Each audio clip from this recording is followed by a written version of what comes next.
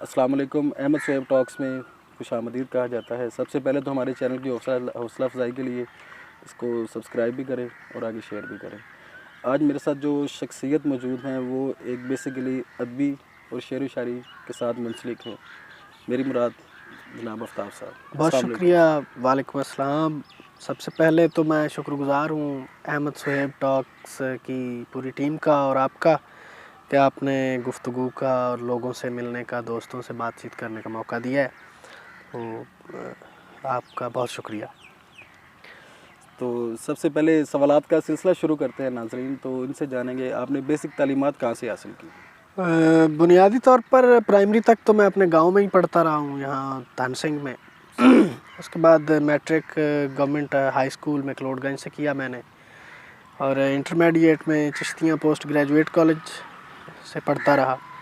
उसके बाद बीए मैंने मिंशनाबाद से किया, MA oriental college Punjab university से एमए उर्दू किया, और अभी एमफिल कर रहा हूँ उर्दू में। तो ये आप देखा दिखाई में इस सिलसिले की तरफ आ गए थे या शुरू से ही रग़बत थी इस काम में? देखा दिखाई से शुरू किए गए काम ऐसे नहीं होते कि आप यहाँ बैठकर मेरे से बात कर रहे होते। सही। ये शुरू से कोई लगाव, कोई चिंगारी थी जिसने इस तरफ राग़िब किया, और फिर मैं उर्दू अदब को पढ़ता रहा। उर्दू अदब को पढ़ने से ही इसमें जो डिग्रीज़ हैं वो करने का भी शौक़ हुआ। तो बीए के बाद मैंने दानिस्ता तौर पर एमए उर्दू किया है, हादसतन या देखा देखी नहीं। और अभी एमफिल भी इंशाल्लाह शुरू कर लिया है, तो एमफिल कर रहा हूँ। सही। तो अदब की इजादात की अगर बात की जाए तो ये कहाँ से स्टार्ट हुई थी? कितनी सदियों के पहले की कह सकते हैं कि यार लोगों को पता था या लोगों ने सुना होगा कि एक चीज़ है जो बहुत तफसील के साथ बयान की जाती है, उसको कुछ अल्फाज के अंदर समेट के उसका पूरा खुलासा कर दिया जाता है? मेरा ख़्याल है आपका सवाल शेर के आगाज़ या अदब की इब्तिदा के बारे में है। तो अदब की इब्तिदा इटसेल्फ इंसान की ही इब्तिदा से मुंसलिक है, क्योंकि अदब का बुनियादी ताल्लुक़ है तख़य्युल से, सोचने से और तख्लीक करने से। सही। तो कोई भी तख्लीक अदब के दायरे में आ सकती है और आती है। तो इसकी तारीख़ इंसान जितनी ही पुरानी है। इंसान अपनी इब्तिदा से मुख्तलिफ़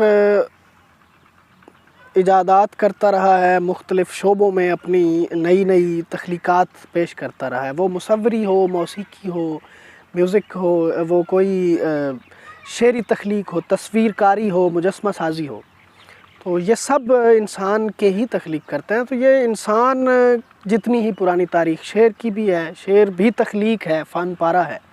तो फ़न की इब्तिदा इंसान की ही इब्तिदा है मेरे नज़दीक। आपके नज़दीक अदब की क्या तारीफ़ है? अदब क्या है का सवाल हमारे यहाँ बहुत अहम सवाल है मेरा ख़्याल है। तो अदब मेरे नज़दीक इंसान के बातनी वजूद की दरियाफ़्त का नाम है। अदब इतना अहम या ज़रूरी, या अदब क्या है? ये इंसान के अंदरून की ख़बरें आपके सामने रखता है। इंसान बाहर से, आपकी दो आँखें हैं ये देखती हैं, आपके दो कान हैं ये सुनते हैं, आप आईना देखते हैं, आपको अपनी वज़ाकता उसमें नज़र आती है, आप उसका जायज़ा लेते हैं, जानते हैं, ये आपका ज़ाहिर है। लिटरेचर या अदब आपके अंदरून की ख़बरें देता है कि आप अंदर से कैसे हैं, आप अंदर से क्या हैं। सही। या आपके अंदरूनी कैफ़ियत को सामने लाने वाली चीज़ अदब है, लिटरेचर। पाकिस्तान में अगर बात की जाए तो अदब की क्या मौजूदा सूरत हाल है, या ये मुआशरती तौर पर किस हद तक ये अदब पाकिस्तान में पेश है? हाँ जी, अदब पाकिस्तान में मौजूदा सूरत हाल के हवाले से अगर हम देखें तो अदब की सूरत हाल मेरे ख़्याल में कोई ख़ास अच्छी तो नहीं है। उसकी एक वजह यह है कि एक अदीब या एक शायर अदब से मुखलिस किस कदर है। मसलन मैं या कोई भी शायर अगर शेर को अपनी रोज़ी रोटी का ज़रिया बनाएगा तो वो उस मेयार से गिर जाएगा जो तख्लीकियत का मेयार है, जिस वाह वाह रह जाएगी, और वाह वाह भी शायद नहीं, वो कमाई है। मसलन मैं ऐसा शेर कहूँ कि मुझे स्कूल के, कॉलेज के स्टूडेंट्स पसंद करें और वो सालाना पार्टियों में मुझे बुलाकर सुने और मुझे पैसे दें, तो मैं कैसा अदब तख्लीक करूँगा? वही सूरत हाल गालिबन अब यहाँ पैदा हो रही। लेकिन अच्छे अदब और बेहतरीन अदब की कमी नहीं है। मुआशरती सतह पर अदब किस कदर असरअंदाज हो रहा है या हमारे यहाँ की उसकी सूरत हाल क्या है, तो इसके जवाब में ये काफ़ी है मेरे ख़्याल में कि अब आप 10 में से 5 बच्चों को ज़रूर शेर सुनते सुनाते या उनके मोबाइल में आपको किसी शायर का कोई क्लिप ज़रूर मिल जाता है। सही। तो असरअंदाज तो ज़रूर हो रहा है और मुआशरे को पेश किस हद तक करता है, तो अदब करता ही मुआशरे को पेश है शुरू से अब तक। सही। हिंदुस्तान और अगर पाकिस्तान की बात हम करें तो इन दो ममालिक ये तकरीबन आधी दुनिया को ना रिप्रेजेंट करते हैं। वो इनकी नस्ल ज़बान हर एक प्लेटफॉर्म की बात करें तो सेम है। तो इन दो ममालिक की अगर हम बात करें ख़ास तौर पर, तो यहाँ पर अदब का या शेर व शायरी का क्या मुकाम है, किस हद तक इनकी वैल्यू है? पाकिस्तान और हिंदुस्तान में जो फ़र्क है बुनियादी तौर पर वो वही है जो मैं पहले बात कर गया हूँ। हिंदुस्तान में शायरी और शेर बाकायदा एक शोबा है मुआशियात का, ऐसी सतह पर है। वहाँ जितना मैं बताता हूँ, वहाँ एक शायर का रोज़गार भी शेर ही है। यहाँ कदरे ऐसी सूरत हाल नहीं है, यहाँ कदरे बेहतर है। मसलन एक शायर है, वो उसे कभी पैसे भी मिल जाते हैं कभी नहीं मिलते। हिंदुस्तान में तो एक शायर है ही, वो उसका रोज़गार ही शेर है। तो ये दोनों जगह पर बुनियादी फ़र्क है शेर में। जहाँ आप पैसे कमाने के लिए शेर कहते हैं तो वो अपनी तख्लीकी शान खो देता है, आपके जज्बे की सदाकत ज़ाया हो जाती है। मसलन मैंने परसों मुशायरा पढ़ना है, मैंने 10 गज़लें वहाँ सुनानी है, मैं रात को बैठकर वो उनके साथ इंजीनियरिंग करता रहूँगा क्योंकि मैंने वहाँ से 50,000 रुपया लेना है। सही। तो वो तख्लीकियत जो मिसरे को बसर करने की कैफियत है वो तो वहाँ नहीं है, होगी नहीं। हिंदुस्तान में ये सूरत हाल ज़्यादा है। अगरचे मेरे बहुत सारे वहाँ दोस्त हैं, उनकी तरफ से भी नाराज़गी का इज़हार भी हो सकता है, लेकिन ये वहाँ है। वहाँ अच्छा शेर भी ज़रूर तख्लीक हो रहा है। वसीम बरेलवी साहब नहायत शानदार शायर हैं, अभी रिसेंटली इंतकाल हुआ है। राहत इंदौरी साहब बहुत आला शायर थे, अगरचे वो इकनॉमिकली एक शायर अगर कमाई भी कर रहा है बुरा नहीं है, यानी वो कहीं जाता है मुशायरे में, उसे वहाँ से एजाज़िया या मेहनताना उसे मिलता है, ये बुरी बात नहीं है। मैं अपने सामीन सुनने वालों के लिए ये वजाहत कर रहा हूँ, बुरी बात नहीं है। लेकिन अगर आप शेर को रोज़गार ही बना लें तो वो सूरत हाल अदब के लिए अच्छी नहीं है। और इस वक्त पाकिस्तान और हिंदुस्तान में ये सूरत हाल बढ़ती जा रही है।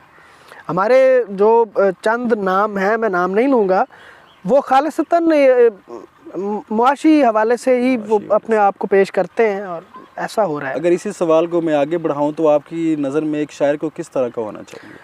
हाँ जी, एक शायर मुआशरे का पैगंबर होता है। उसकी शख्सियत अंदरूनी बैरूनी वो कम से कम खूबसूरत ज़रूर होनी चाहिए, काबिल कबूल ज़रूर होनी चाहिए। अव्वल तो एक शायर को एक्सट्रीमिस्ट नहीं होना चाहिए मेरे ख्याल में। अगर हमारे जानने वाले जो एक्सट्रीमिस्ट को नहीं बेहतर समझते तो आप इसको किस तरह बुझाएं? एक्सट्रीमिस्ट नहीं होता शायर या अदीब, एक्सट्रीमिस्ट हो ही नहीं सकता। एक शायर को कैसा होना चाहिए कि सवाल के जवाब में एक शायर को सच्चा होना चाहिए, एक शायर को अंदर और बाहर से खूबसूरत होना चाहिए, वो बात करने का हुनर जानता हो और बात पहुंचाने का हुनर भी जानता हो। ये एक शायर है। एक शायर की शख्सियत से हमारा मुआशरा अगर असर लेता है तो उसे ऐसा होना चाहिए कि वो अच्छा असर जाए और मुस्बत अक़दार वहाँ पल सकें, बढ़ सकें। इजाद या तख्लीक की अगर बात करें तो शेर व शायरी में तख्लीक की क्या वजाहत है या इजादात की क्या वजाहत? तख्लीक क्या है या तख्लीक की वजाहत? तख्लीक आपके वही बात के आपके अंदर से कोई मुजस्मा, कोई ख़याल, एक आँख मुशाहिदा करती है। आप देखते हैं, आप चाँद को देखते हैं या फूल को देखते हैं, आप एक बायोलॉजिस्ट हैं या साइंसदान हैं, आप उस ज़ाविया नज़र से देखते हैं और उस ज़ाविया नज़र से आप उसका मुशाहिदा करते जाते हैं, उस पर मज़ीद काम करते हैं, उसे देखते हैं, परखते हैं। उसके बाद जो नताइज आपके सामने आते हैं आप उसे इंतहाई साइंटिफिकली पेश कर देते हैं। सही। अब शायर या अदीब के यहाँ जो तख्लीक का अमल है वो इससे ज़रा मुख्तलिफ है। शायर किसी चीज़ को देखता है तो किसी जज्बे या किसी कैफियत पर उसे अप्लाई करता है, वो मुंतबिक करता है किसी चीज़ को। ये आप कह सकते हैं कि महसूस से गैर महसूस तक की तरफ का सफ़र है। महसूस को गैर महसूस पर मुंतबिक करने का नाम है तख्लीक। यानी आप ऐसी कैफियत पेश करना चाहते हैं जो गैर महसूस है, तो आप उसका मादा या उसका रॉ मटेरियल किसी महसूस चीज़ से लेते हैं और फिर आप उसे तख्लीक करके लोगों के सामने पेश करते हैं। अगर इस वक्त मौजूदा मुआशरे की बात करें तो अदब क्यों पढ़ना चाहिए, हालांकि लोग इसकी तरफ इतने गामजन नहीं हैं? अदब क्यों पढ़ना चाहिए? देखें आप, हम जिस शहद में, जिस दौर में हम सांस ले रहे हैं, ये वो दौर है कि जहाँ तक मैं देखता हूँ, आप भी देखते होंगे, हमारे यहाँ एक घर में 4 स्टूडेंट्स हैं। वो तालिबे इल्म सुबह उठते हैं, तैयारी करते हैं, स्कूल चले जाते हैं या कॉलेज चले जाते हैं। सही। वहाँ से वो वापस आते हैं तो वो फिर ट्यूशन सेंटर चले जाते हैं, एकेडमी चले जाते हैं। वहाँ से वापस आते हैं तो वो उन्हीं कामों में लग जाते हैं। सही। और उनकी ज़िंदगी का यही दायरा है, इससे वो बाहर नहीं निकलते। क्यों? आप सवाल याद रखिएगा कि आपका सवाल था अदब क्यों पढ़ना चाहिए। अच्छा, अब ये है कि उनके जहन में एक बात है, हमारे ग्रेड्स अच्छे नहीं आएंगे, नंबर अच्छे नहीं आएंगे तो हमें नौकरी नहीं मिलेगी, हमारा MBBS में, इंजीनियरिंग में दाखला नहीं होगा, मतलब कि हम पैसा नहीं कमा सकेंगे। हमारे माशरे में ये है कि जिसके पास जितना ज़्यादा पैसा है वो उतना बड़ा इंसान है, जिसके पास कम पैसा है वो छोटा इंसान है, कम इंसान है, जिसके पास पैसा नहीं है वो इंसान ही नहीं है। ये वो दौड़ है जिसने हमें ऐसी चीज़ों के पीछे लगा दिया है जिनका हमें मुआशी फ़ायदा पहुंचता है, जिनसे हमें दुनिया का वो फ़ायदा पहुंचता है जिसका ताल्लुक़ शान व शौकत से है, जिसका ताल्लुक़ हमारे ज़ाहिर से है। सही। अदब आपको आपके अंदर की खबरें देता है। अब एक BMW से उतरने वाला आदमी आप किस कदर सदाकत से कोई बात कर रहे हैं, इससे उसका क्या ताल्लुक़ है? उसका ताल्लुक़ है आपने घड़ी कैसी पहन रखी है, आपने जूता कैसा पहन रखा है, आपने कपड़े कैसे पहन रखे हैं। लेकिन जब आप अदब पढ़ते हैं तो आप इन तमाम चीज़ों को हेच समझते हैं, नीच कमतर समझते हैं। सही। अब हमें ये दुनिया या ये मुआशरा जो हमें सांस नहीं लेने दे रहा, जो हमें ग्रेड्स अच्छे लेने के पीछे लगा दिया है, जिसने हमें ये बना दिया है कि हम पैसे कमाने के लिए पढ़ते हैं, पैसा कमाने के लिए मेहनत करते हैं, हमारे माँ बाप हमें पैसा कमाने के लिए पढ़ाते हैं। ऐसे माशरे में जब आप अदब पढ़ते हैं, आप ये बातें करें कि पैसे की कोई औकात नहीं है, आप ये बात करें कि इंसान की वैल्यू ज़्यादा है, तो आपको कोई जीने देगा? सवाल ही नहीं पैदा। तो अदब इसलिए पढ़ना चाहिए कि ये आपको इंसान की पहचान देता है, दुनिया की खूबसूरती दरियाफ्त करने की में मदद देता है, आपको अंदरून की खबरें देता है। मसलन आप लिटरेचर पढ़ेंगे तो आपको पता चल जाएगा कि बहुत ज़्यादा पैसा जायज़ तरीक़ों से नहीं कमाया जा सकता। मिसाल के तौर पर जी, मिसाल के तौर पर है कि एक बंदा है वो फैक्ट्री चला रहा है, आप एक शायर के तौर पर उसके मज़दूर हैं, तो आप अपनी तज़हीक बर्दाश्त नहीं करेंगे उससे। आपके जज्बे की सदाकत आपको ये बताएगी कि ये फैक्ट्री का मालिक और मज़दूर, इसकी इज़्ज़त नफ्स वही एक है, बराबर है। वो ये सता नहीं चाहते। जब वो ये सता नहीं चाहते तो उन्होंने हमें इस चक्कर के पीछे लगा दिया जिसके पीछे हम लग गए हैं। दूसरी बात कि सारे उलूम जितने भी हैं उनके फ़वाइद आप तक पहुँचते हैं, अंदरूनी भी, बैरूनी भी, बातनी भी, ज़ाहिरी भी। एक बायोलॉजी का जो माहिर है, डॉक्टर है, वो आपको बता सकता है कि आपके सर में क्यों दर्द है, आपकी आँख से पानी क्यों आ रहा है, आपको सीने में जलन क्यों हो रही है। वो आपका मेडिकल टेस्ट करता है, उसके बाद आपको दवाई दे देता है। ये तो वो इल्म है जो हमने पैसा कमाने के लिए सीखा और होता है हमारे लिए, ये ज़रूरी भी है, बेसिक नीड है बेसिक। अब आप खाना नहीं खा रहे, आप घर में किसी से बात नहीं कर रहे, आपको है भी कुछ नहीं, मेडिकल साइंस कहती है ये बिल्कुल ठीक है, इसके सारे टेस्ट दुरुस्त हैं, आप किसी से बात नहीं कर रहे, आपको माँ तक की बात अच्छी नहीं लग रही, आपको किसी से बात करना अच्छा नहीं लग रहा, तो ये आपको लिटरेचर या अदब बताएगा कि आपको क्या हो गया है। तो इसलिए पढ़ना चाहिए कि ये आपको अपने बातिन की खबरें देता है। अगर इस बात को आगे दोहराएं तो जैसे आपने आखिरी वजाहत की है कि लिटरेचर बताया गया कि आपको क्या है, इसकी कोई एक ज़िंदा सी मिसाल या कोई एक मिसाल दी जा सकती जी है? मिसाल, बहुत सारी मिसालें दी जा सकती हैं। ऐसा कोई भी ऐसी कैफियत या कोई भी ऐसी हालत जो किसी तरह से हमारी गिरफ्त में आ सकती है, हमारे हवास की गिरफ्त में आ सकती है, उसका ताल्लुक मादी दुनिया से है। सही। तो आपका बुखार मादी दुनिया से ताल्लुक़ रखता है तो वो एक मेडिकल टेस्ट में उसकी गिरफ्त में आ सकता है, हवास की गिरफ्त में आ सकता है। आप हाथ थाम कर बता सकते हैं इस बंदे को बुखार है। घर में आप की हालत ये है कि आप बीमार हैं। बीमार कैसे हैं जी? या तो आपको जन लग गया है, या आप खाना नहीं खा रहे तो आपको कोई साया है, आप किसी से बात नहीं कर रहे तो आपको कुछ है, लेकिन आप मेडिकली दुरुस्त हैं। तो मेरा ख़्याल है कोई तो ऐसा ज़रूर होगा जो ये बता सकता है कि इसे क्या है। कोई पीर भी ये कह देगा कि ये जो कहता है वो आप मान लें। ये मिसालें तो हमारे आसपास बिखरी पड़ी हैं। हाँ, नाम लेकर मिसाल देना ज़रा वो अजीब भी है, मुश्किल भी है। सही बात है। वैसे हमारे माशरे में बहुत सारी मिसालें हैं। सही। तो ऐसी कैफियत भी अदब में आ जाती हैं। सबसे पहले तो आप चाय लें, ठंडी हो रही है। हाँ जी ज़रूर, आप भी। शुक्रिया। थैंक यू, बहुत शुक्रिया। और दूसरा एक सवाल है मेरे जहन में आ रहा था कि क्या फिज़िक्स वाला बंदा भी अदब या शेर व शायरी के साथ मुंसलिक हो सकता है?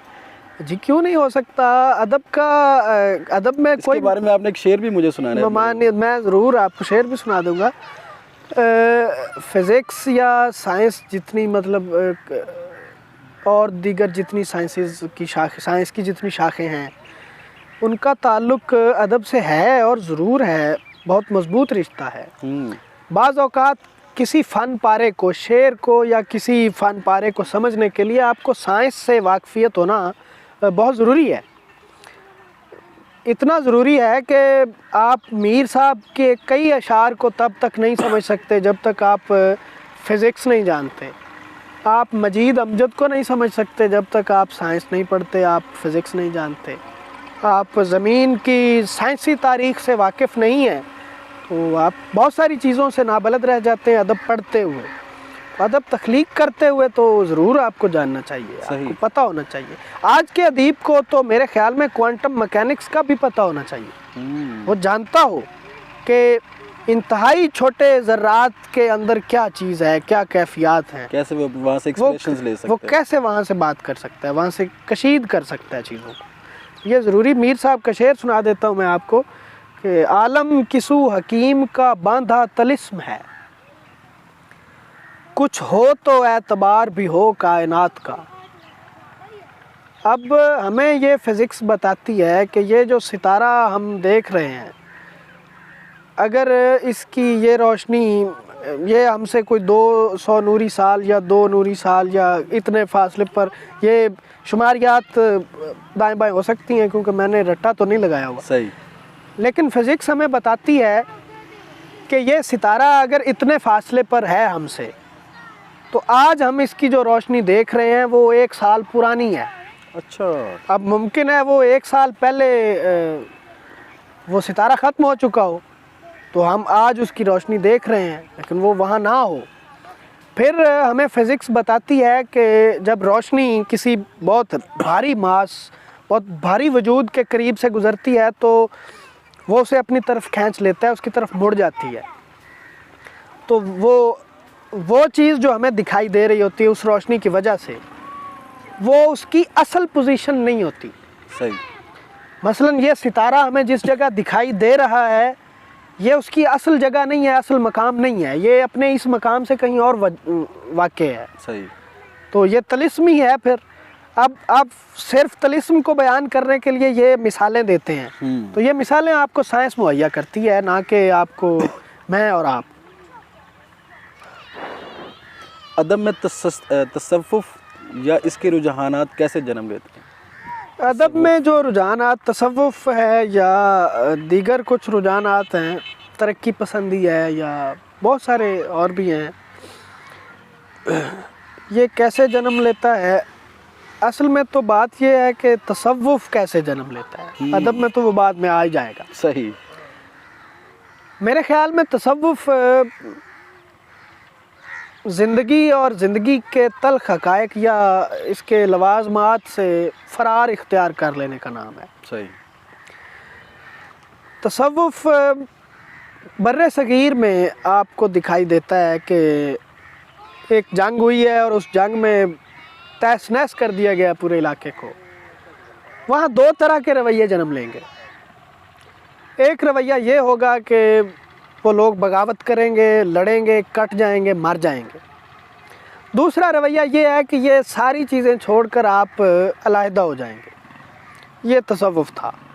और बाज़ औक़ात तसव्वुफ़ ये था कि एक किले की दीवार के साथ चार चार दरगाहें हैं, वहाँ किले से अशरफियाँ आ रही हैं कि ये जो लोग हैं इनको बगावत से दूर रखने के लिए ये अफ़ीम दी जाए। सही।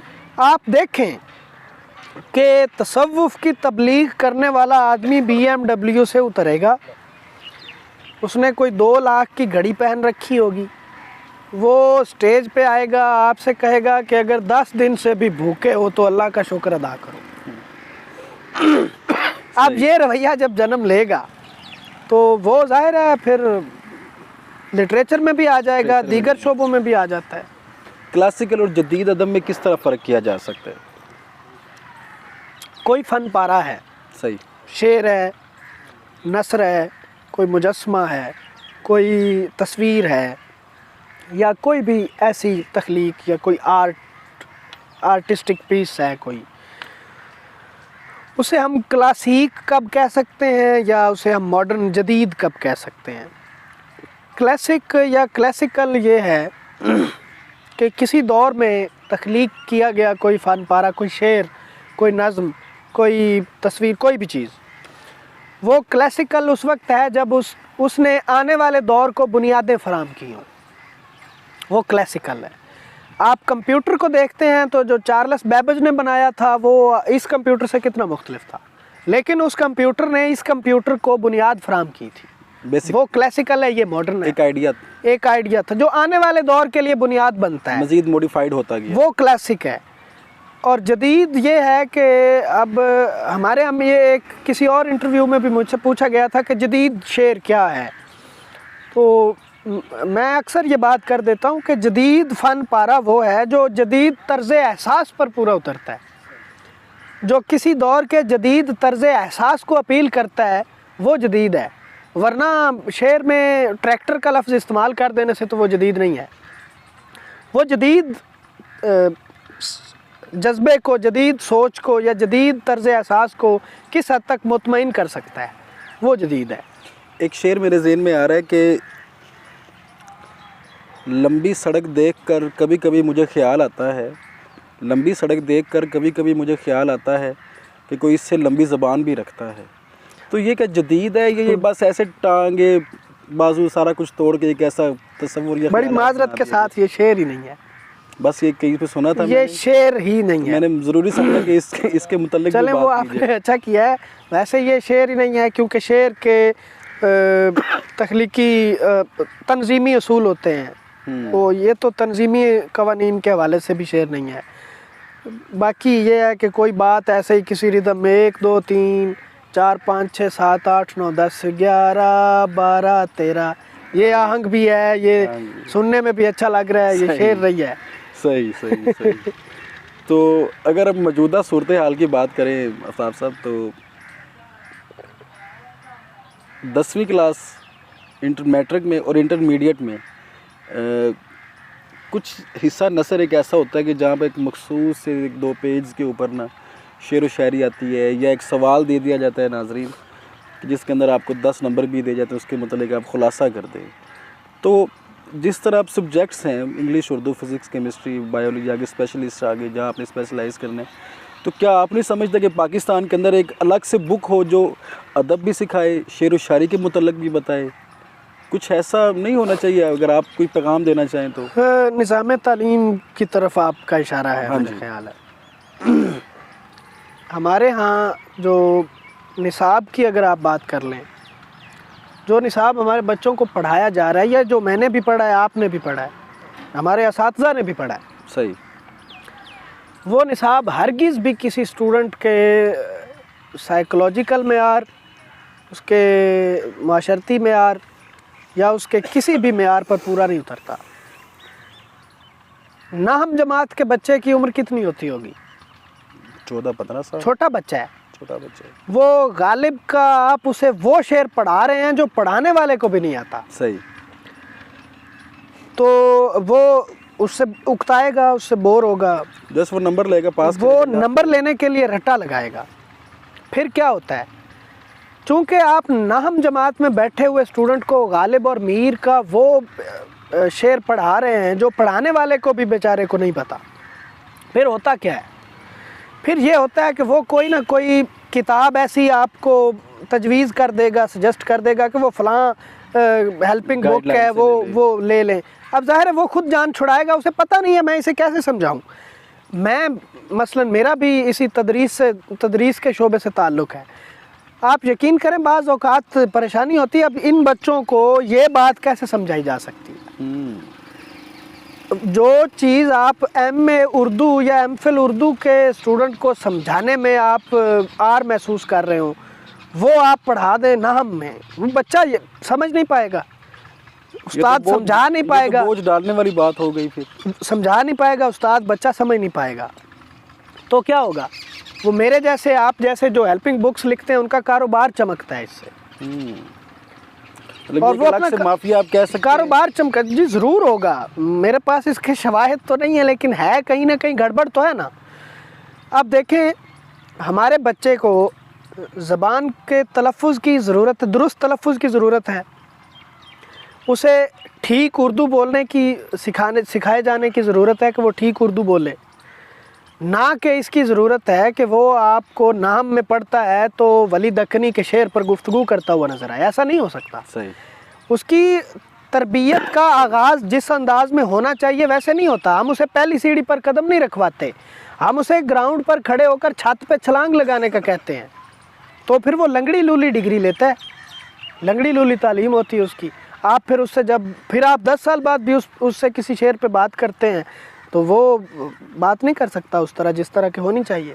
फिर ये कारोबारी निज़ाम, अब निज़ाम तालीम में ऐसी बुनियादी तब्दीलियों की ज़रूरत है, मैं महसूस करता हूँ, आप भी करते हैं। समेटते हुए मैं कुछ आपसे आपके लिखे हुए कुछ अशार सुनना चाहूँगा, अपने नाजरीन को भी इससे मदऊ करवाना। जी ज़रूर, मैं कुछ अशार पेश कर देता हूँ तमाम सुनने वालों के लिए और आपके लिए। शुक्रिया।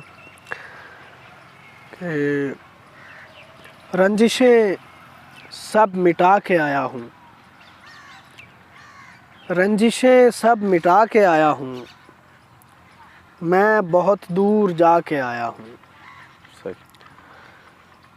गुफ्तगू रंजिशें सब मिटा के आया हूँ, मैं बहुत दूर जा के आया हूँ, मैं मददगार था चिरागों का, मैं मददगार था चिरागों का, काम लेकिन हवा के आया हूँ। दश्त कांधा थपक रहा है मेरा, दश्त कांधा थपक रहा है मेरा, खाके दरिया उड़ा के आया हूँ। उसको मिल भी नहीं सकूँगा मैं, उसको मिल भी नहीं सकूँगा मैं, और पता भी बता के आया हूँ। वाह।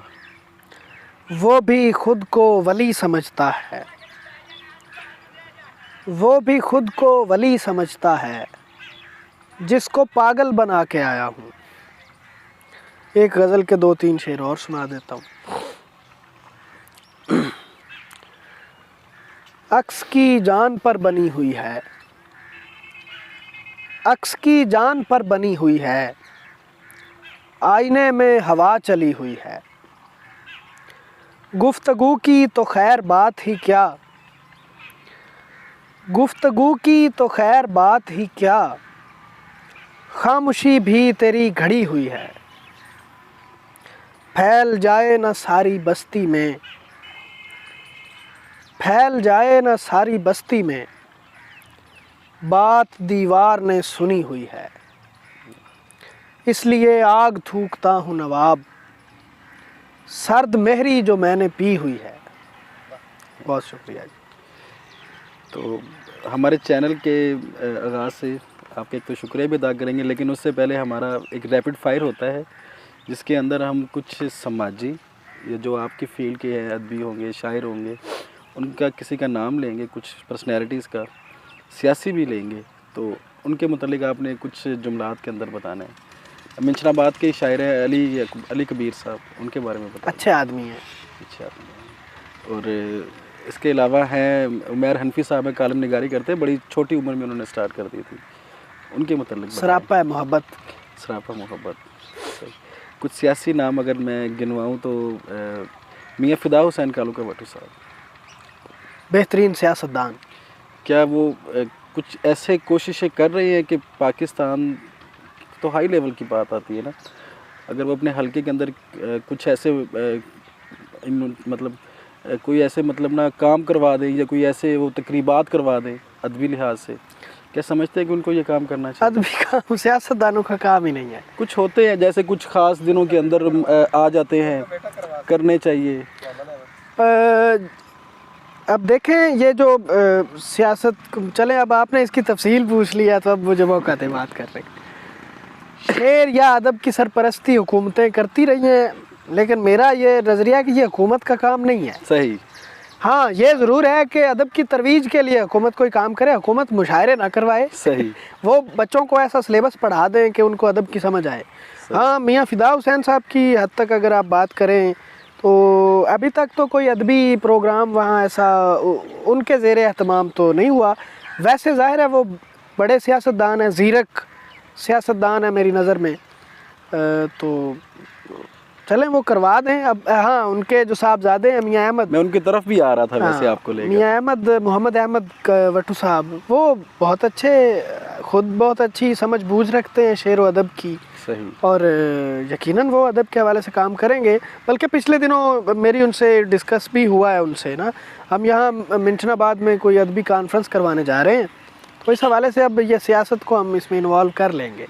तो मियाँ फ़िदा हुसैन बहुत उम्दा सियासतदान हैं, अहमद बहुत उम्दा सियासतदान हैं, हल्के में उनकी अच्छी वर्थ है, बहुत खूबसूरत लोग हैं। हमारे मौजूदा MNA साहब मियाँ अब्दुल गफ़ार कालूका भट्टू साहब, मेरी ना उनसे मुलाकात है, ना मैंने उनकी गुफ्तगू सुनी है, ना ही उनके पास कभी बैठा हूँ। इंतहाई आला शायर।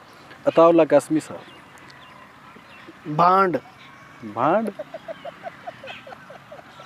मतलब जाली अदीब है, जाली अदीब, 2 नंबर आदमी। मिसाल के तौर पर कुछ तो वैसी आपने कोई खबर नहीं सुनी जब वो PTV के MD रहे हैं तो क्या करते रहे? हाँ, वही बात की। सही। शहजाद जोया साहब, उसके लिए बहुत सारे अल्फाज हैं, प्रोफेसर, डॉन, जोया, लंबरदार, मोहब्बत प्यार का सरापा और अच्छा शायर। मज़ा निगार भी कह ले, मज़ा किरदार भी कह ले।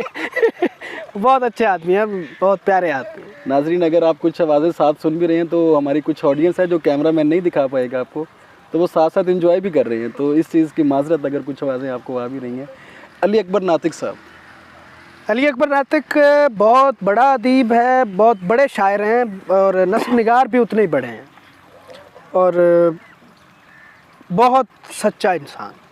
मेरे तो चूँकि दोस्त भी हैं तो इंतहाई आला शायर हैं, इंतहाई आला नस्र निगार हैं। बल्कि मेरे ज़ाती राय ये है कि उन जैसी नस्र तो इस वक्त कोई भी नहीं लिख रहा, और नज़्म और गज़ल के हवाले से भी बहुत बड़ा नाम है। नज़्म उन जैसी कोई नहीं कह रहा, बहुत उम्दा और बहुत इंसान, अच्छे इंसान है, सच्चे इंसान है। अमजद इस्लाम अमजद साहब, पता नहीं क्या कहूँ मैं अब। अमजद साहब बचगाना से शायर हैं। बानो कुदसी,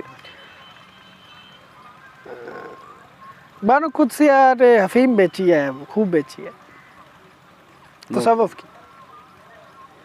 बानो कुदसिया, अशफाक अहमद, बाबा याया इस वक्त और कुदरतुल्लाह शाहब, ये इंतहाई आला दर्जे के मुनाफिकीन हैं। साल के तौर पर बड़े लोग वैसे सॉरी उनको फॉलो भी करते हैं। जी करें, मैं सुनने वाले वो हो सकता है मेरी इस बात पे कोई कल मुझे वहाँ रोक के फैंटी चाड़ दे।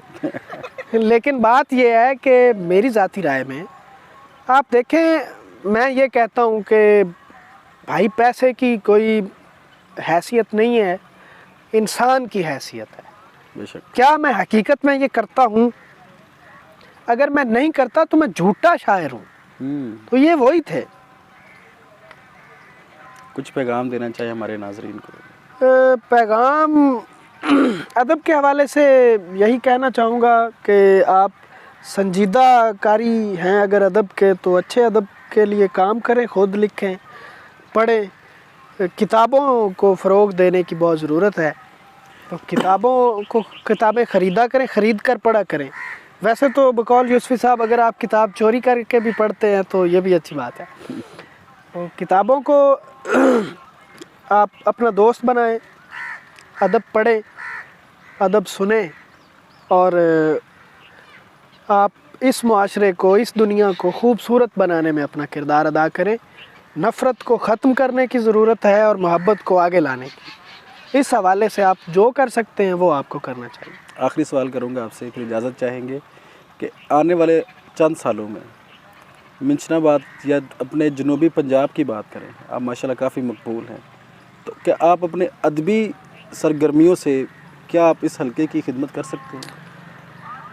जी, मेरी ख्वाहिश तो बहुत है कि मैं अदबी हवाले से अपने इस हल्का अहबाब में जो 1-2 शहरों तक है, या जहाँ मैं रह रहा हूँ, मिंशनाबाद, धन सिंह, ये मैक्लोडगंज या दीगर जो हमारे आसपास के शहर हैं, यहाँ बहुत अच्छा लिखने वाले दोस्त मौजूद हैं।